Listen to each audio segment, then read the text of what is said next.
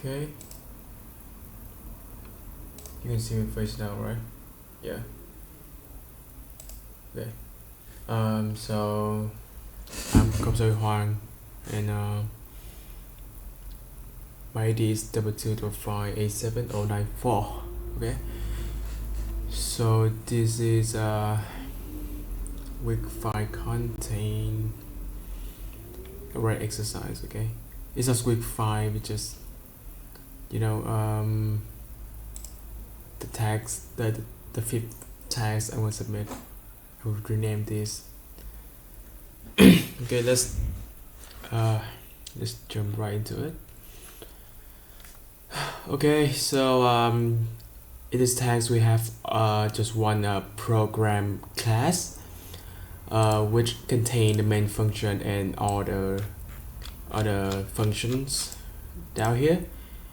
You notice that they are all static, and these functions have to be static to be able to be contained in the main function. Yeah, be put in the main function like this, straight up like this. Yeah, they all have to be static.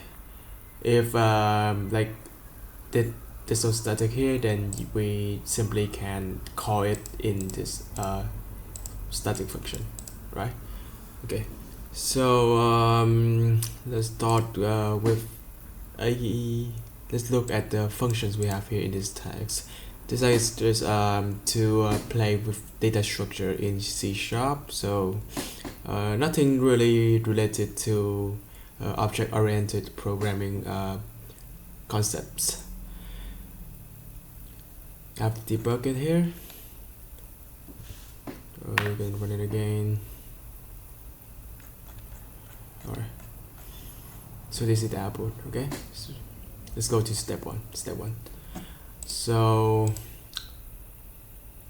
for step one, we declare an array, right? We initialize an empty array with the type is double, and the size of it will be 10. The index will start from 0 to 9, and we initialize with these values. Then we loop through the array and print it every value in every index.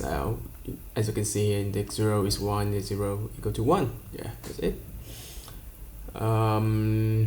This is try catch arrow, so nothing to say there. Okay, it's good, right? Next, here.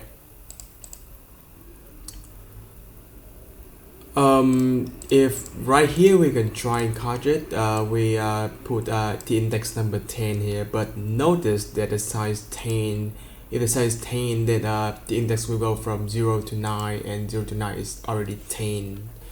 So right here, if we put index 10 here, it will cause an error where we catch it, and here we go, we print out the error.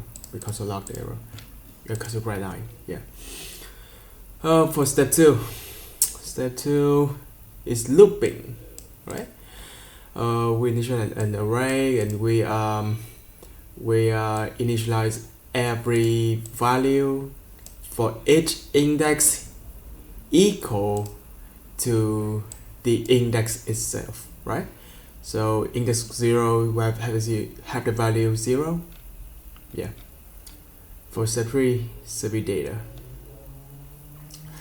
We have a array, names, type string, we have size 6, and we initialize every string in the array with student and the index, right? Index plus 1, so for student 6 up to 6. Yeah, the index will go from 0 to 5, and plus 1 is 1 to 6. 4, query processing. So array is this. We initialize a array of numbers. We go from 0 to the length of the array, which is 1, 2, 3, 4, 5, 6, 7, 8, 9, 10.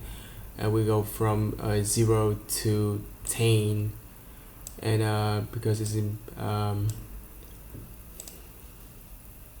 the smaller sign, there's no equal, so it will go from 0 to 9 only. Okay, so just print out the index and the value that was assigned to that index. So index 0 is 87, index 0 1 2 3 is 100. Yeah, we calculate the average. Just calculate we take a total by loop the array and just add it to the total. With the initial value is 0, and we take average. Step 5, find min and max. We have an array size is double, and this is just data structure simple. We will initialize the smallest and the largest index. We will say the largest index. This is just it's a temporary value. Okay, so we assign it to the first element in the array. Okay, and now we loop to the array, and if the value is greater than the initial value, which is 3.5, then the current largest will be equal to that number. For example, if we loop to the next number which is 7.2, which is larger than 3.5, so right here the current largest will be 7.2. Okay, and if we go to the number 3, which is 1.8, smaller than 3.5, right? And so the current smaller will be assigned to that number.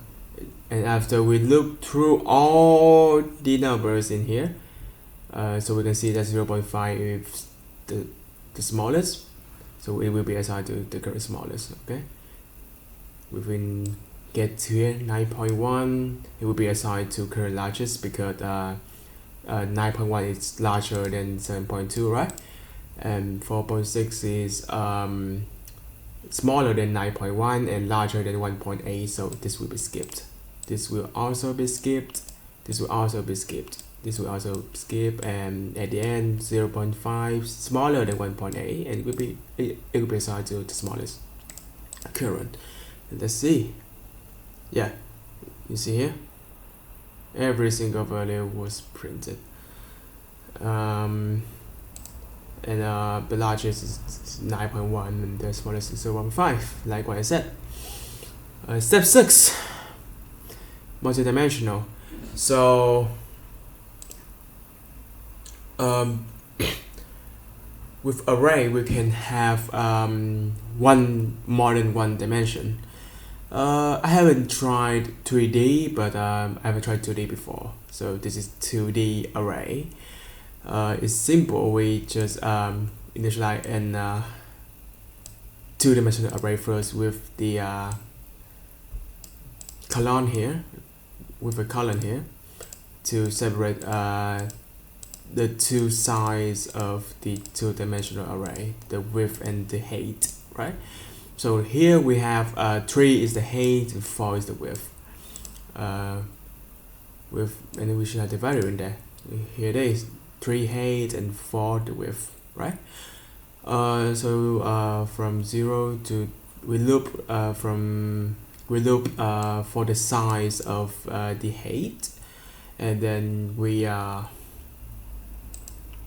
also loop for the value of I would say the row and column, right? The row and column. There are 3 rows and 4 columns. Okay, look for the value of the column. So first it will go check the value in the first row here. It will print out every column, every value, like 1 2 3 4 in that column. And the column size 4, so when it prints out all the 4 values in here, it will go to the next row, and just like that we print out all of it, right? Let's just get length, nothing to talk. List of operations. Okay. So we have a list of students. List is a bit different from array. Just right here we see that the way we initialize a list is a bit look like an object. Okay, so list here we initialize the type of it first, which is string here. Random is a library that we have imported, I believe. No, import, so it's built in. And a random number, we take it from 1 to 13.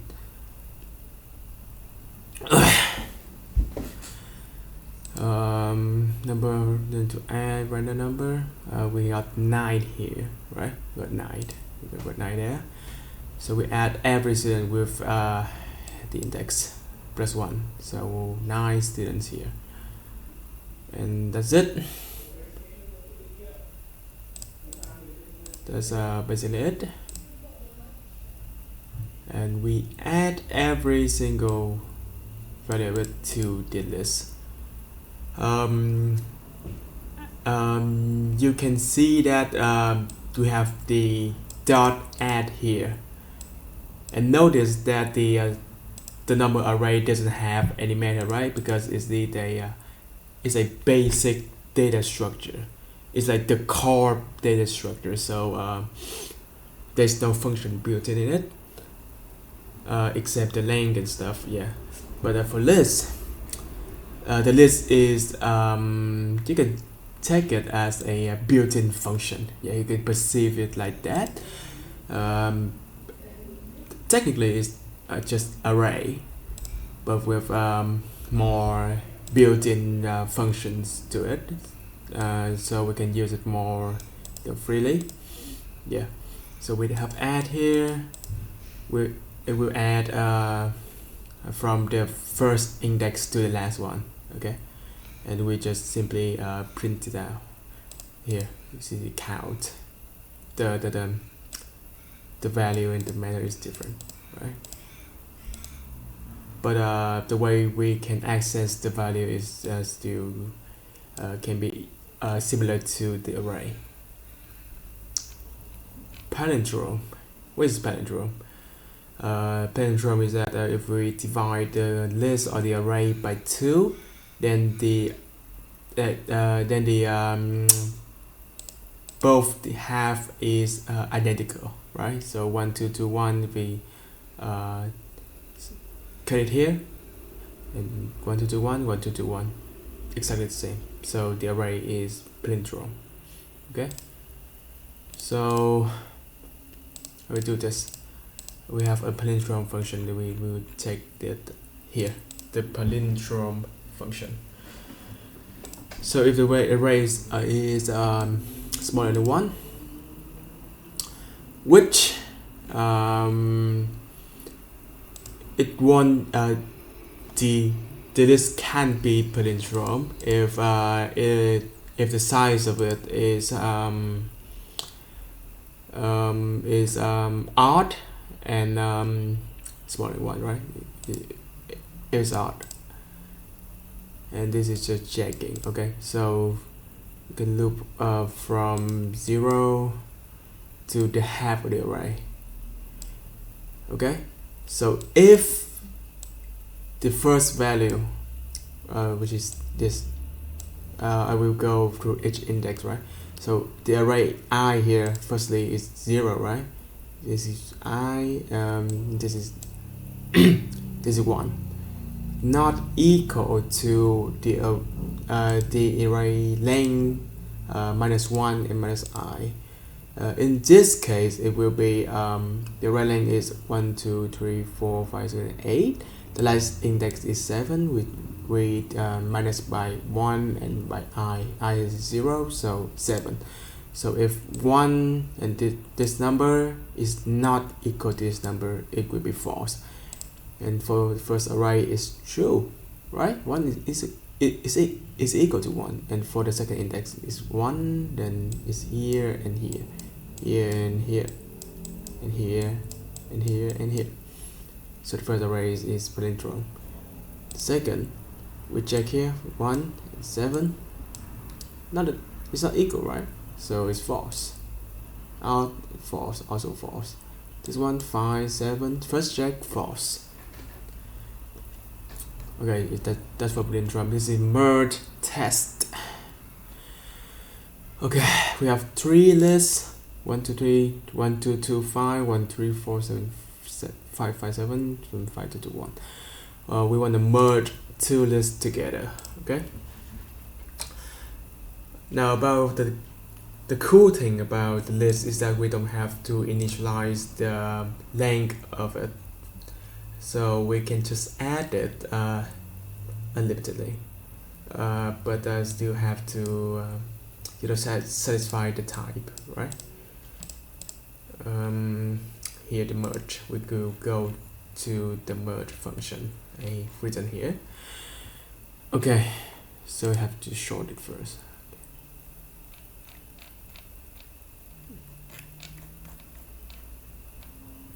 Short.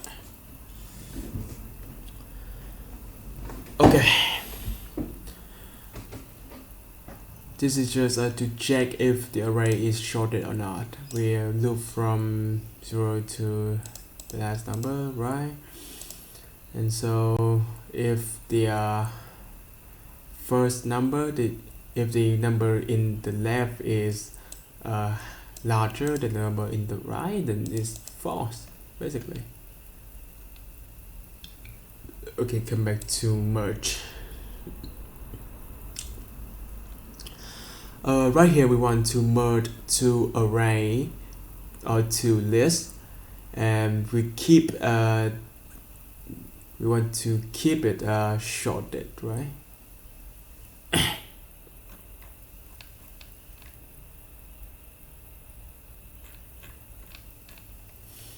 So 1 2 2 5 1 3 4 7 3 4 5 7.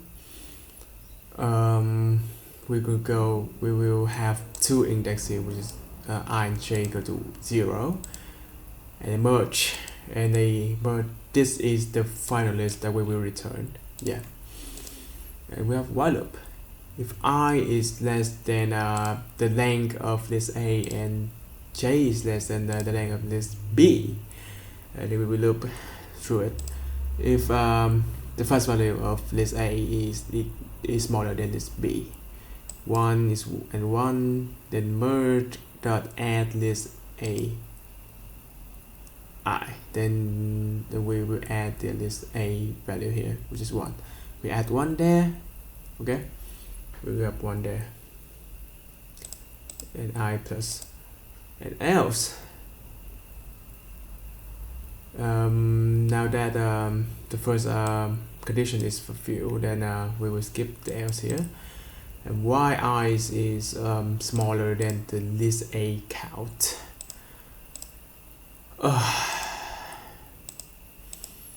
We will add it, and j is smaller than the list B count, then we just add the first element of list B.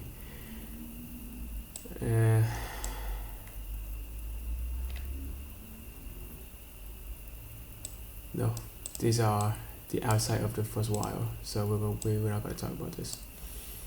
We don't talk about the first one. So first we have 1 got added, loop again. Now I is got double, right? So now I is 2 and j is still 1. And now that j is not smaller. Now A is larger than B, so 1 will got added here. Now turn to 2, and j will move to the next number. This is 3. Index now of I and j is now 2 and 3 here. So now 2 is more than 3, so we add 2. I move here. 2 is still smaller than 3. 2 goes here.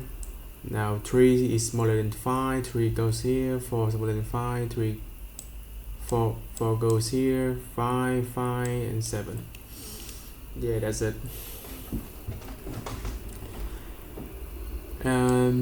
These two are identical.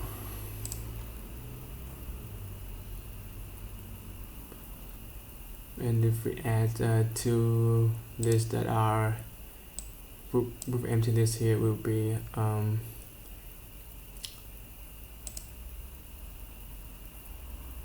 it will be just the normal list, right?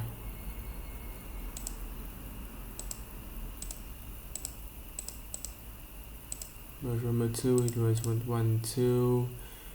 We merge list 1, 3. Let me just get rid of this one. Yeah. This notice that the 1, 2, 2, 5 and 5, 2, 2, 1, the list 1 and list 3 is let's just change this a little bit. And notice that the two lists here are exactly identical. So we want to add it. It just reversed. So we want to add it. Because the values will always be equal. Right? So here, let me run it again.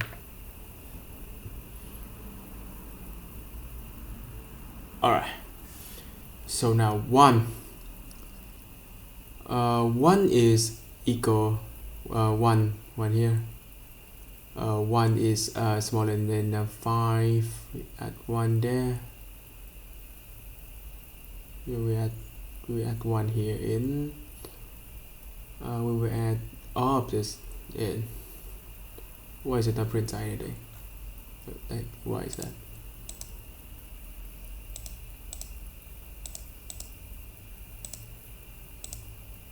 I don't really know why. Yeah, we don't know why. Maybe some error, I don't know.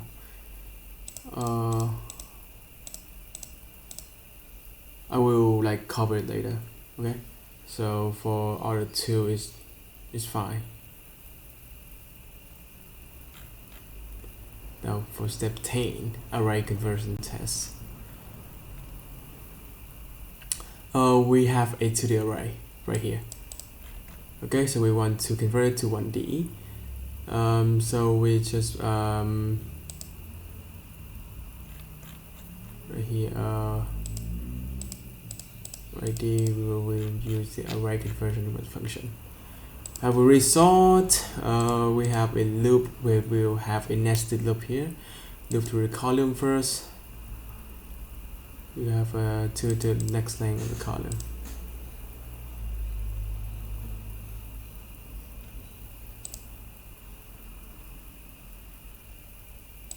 Short it. There we go.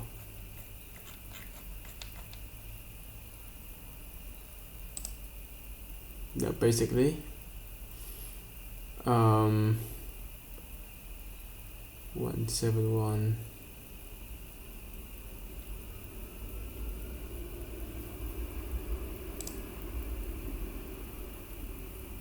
oh, we're still recording, right?